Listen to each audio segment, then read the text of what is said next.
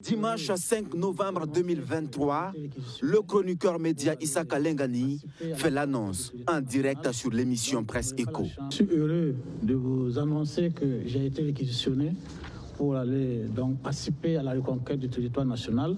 Donc vous n'aurez pas la chance de me voir pendant au moins 3 bons mois. Et quelques heures plus tard, Rasman Zinaba emboîte ses pas. Parce que vous portez une voix qui est une voix critique vis-à-vis du régime, vis-à-vis du pouvoir, vis-à-vis du MPSR2, parce qu'il faut le citer, vous pouvez recevoir une réquisition pour aller au front. Je suis un témoin vivant de ça. Ma réquisition est arrivée aujourd'hui pour le 7 novembre. Et visiblement, ils ne sont pas que deux. Tout simplement parce que c'est la loi, dirait-on. Mais quand on se sert de la force publique pour brimer des individus dans leur droit de s'exprimer, il y a un problème. Ça, vous faites une interprétation de votre réquisition. Mais attendez, je cite ceux qui sont sur la réquisition, les 12 personnes qui sont sur la réquisition. Il y a votre collègue Issaka Lengani, il y a Ablasse Ouedraogo, à cause de ses positions dernièrement par rapport à la situation politique. Il y a Yacouba Ladji Bama, il y a mon camarade du balai citoyen Bassirou Badjo, il y a des gens comme, comment on appelle ça, Gabin Corbeugo, parce qu'il est porteur de voix pour le meeting. Est-ce que ces réquisitions sont légales? Je dis et je répète encore une fois de plus, la modification de l'article 37 était légale, mais elle n'était pas légitime à l'époque. Et c'est parti pour le débat sur la légalité ou la légitimité de ces réquisitions. Dans la dizaine de réactions suite à la vague de réquisitions annoncée, toutes concordent pratiquement sur la légalité, mais dénoncent un abus. Pour le collectif CGTB, au regard des profils des réquisitions, il s'agit d'un acharnement contre des citoyens ayant exprimé des opinions critiques vis-à-vis du pouvoir. Cette situation n'est pas acceptable selon le MBDHP qui ajoute que ces réquisitions constituent clairement des abus de pouvoir qui engagent la responsabilité individuelle de leurs auteurs. Était-ce donc le véritable enjeu du décret portant mobilisation générale et mise en garde? S'interroge le Centre national de presse Norbert Zongo. De son côté, le CISC dénonce également la réquisition des acteurs critiques, dont son secrétaire général Dr Daouda Diallo. Le collectif parle de dérives autocratiques dans un état de droit. Le balai citoyen et le Sinamub poursuivent dans la même lancée. Mais dans les rues de Ouagadougou ce matin, la mesure est applaudie. Selon moi, en tout cas, il faut aller sur le terrain pour voir les réalités. Il ne s'agit pas de s'asseoir et puis critiquer le pouvoir en place ou bien critiquer tel. Il faut aller en profondeur pour savoir réellement la chose. N'importe qui peut se lever comme ça, s'asseoir et puis vouloir parler sans connaître même, comme on appelle, le terrain. Donc, qu'ils les envoient là-bas, aller voir réellement ce qu'il y a sur le terrain. Là, quand ils vont revenir, ils vont savoir s'exprimer maintenant. Voilà, parce qu'on ne peut pas plaire à tout le monde. Un gouvernement ne peut pas plaire à tout le monde. Ça, c'est clair. De toute façon, il y a l'opposition qui est là. Il y a d'autres aussi qui vont vouloir mettre, comme on appelle, les bâtons dans les roues. Donc, à chacun de savoir mesurer ses propos. Voilà, on peut critiquer, mais il faut critiquer de façon positive. C'est normal, parce que le pays est en guerre. Tout le monde est là pour la paix pour ce pays. Je reste d'avis avec le gouvernement. C'est une chose pour le pays. Voilà, le Burkina Faso, d'abord. Il y a ceux aussi qui n'approuvent pas ces réquisitions. Non, il n'a pas bien fait. Parce que ça, c'est la force. Oh. Voilà, la personne doit se décider pour aller combattre. Si la personne ne décide pas, moi, il ne faut pas la forcer. Un peu plus loin, ici, à la place de la nation de Ouagadougou, c'est plutôt l'incompréhension. Ces jeunes qui font le pied de grue depuis des mois pour être enrôlés au front ne comprennent pas ces réquisitions. Ceux qui ne veulent pas aller, on les force pour aller. Et ceux qui veulent, ils sont là. Et puis ils ne passent pas à les prendre. C'est ça nous devons savoir. Est-ce que réellement ils ont besoin de nous? Aussi, ils ont besoin de nous. Nous sommes là. Depuis des 4 mois, on ne part même pas à la maison. Même moi, monsieur Ouaga ici.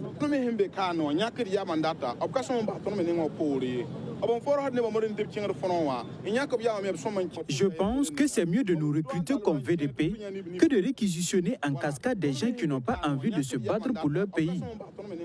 Si on allait réquisitionner tous ceux qui parlent contre le pouvoir actuel pour amener au front, imaginez le désastre. Ils risquent de se battre contre ce pays-là. À la place de la nation ici, ils étaient plus de 600 au départ. Une bonne partie ont été enrôlés. Le reste, environ 200, attendent toujours le salut de l'enrôlement pour être VDP. Malgré la suspension du meeting qu'ils avaient prévu de tenir il y a quelques jours pour dénoncer des restrictions de liberté, ces membres de syndicats et d'organisations de la société civile ont été surpris de constater qu'ils faisaient l'objet de réquisitions pour aller au front, réquisitions qu'ils jugent punitives et ciblées. Cette nouvelle vague de réquisition d'une douzaine de personnes dont nous avons connaissance concerne pour l'essentiel des responsables d'organisations membres de notre coalition ainsi que des journalistes, leaders d'opinion et hommes politiques, critiques de la gestion actuelle des affaires du pays. De par leur nom et de par l'identité des personnes concernées, ces réquisitions achèvent de convaincre les plus sceptiques sur les motivations réelles de leurs initiateurs. Au Burkina Faso, depuis l'adoption du décret de mobilisation générale en avril dernier, la réquisition est permise pour tout jeune de 18 ans et plus afin de contribuer à la lutte contre le terrorisme. Zina Barasmané du Balai citoyen fait partie de ces personnes réquisitionnées. Des réquisitions qui courent donc à partir du 7 novembre 2023 jusqu'au 6 février 2024 avec conditionnement dans le centre-nord et déploiement à l'ouest du pays. Voilà ce qu'on a comme information sur les réquisitions qui ont été récupérées et en l'état actuel des choses.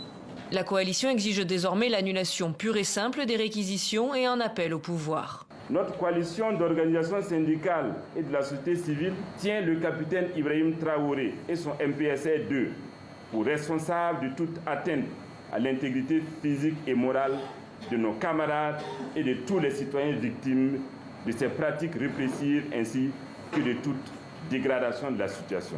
Dans un message de la présidence publié ce lundi, le chef de l'État Ibrahim Traoré annonce que, je cite, « La transition aborde un nouveau virage. Les libertés individuelles ne priment pas sur celles de la nation. » Bonjour la team, j'espère que vous allez bien, que vous portez bien de vos positions. Quant à moi, je me porte très bien.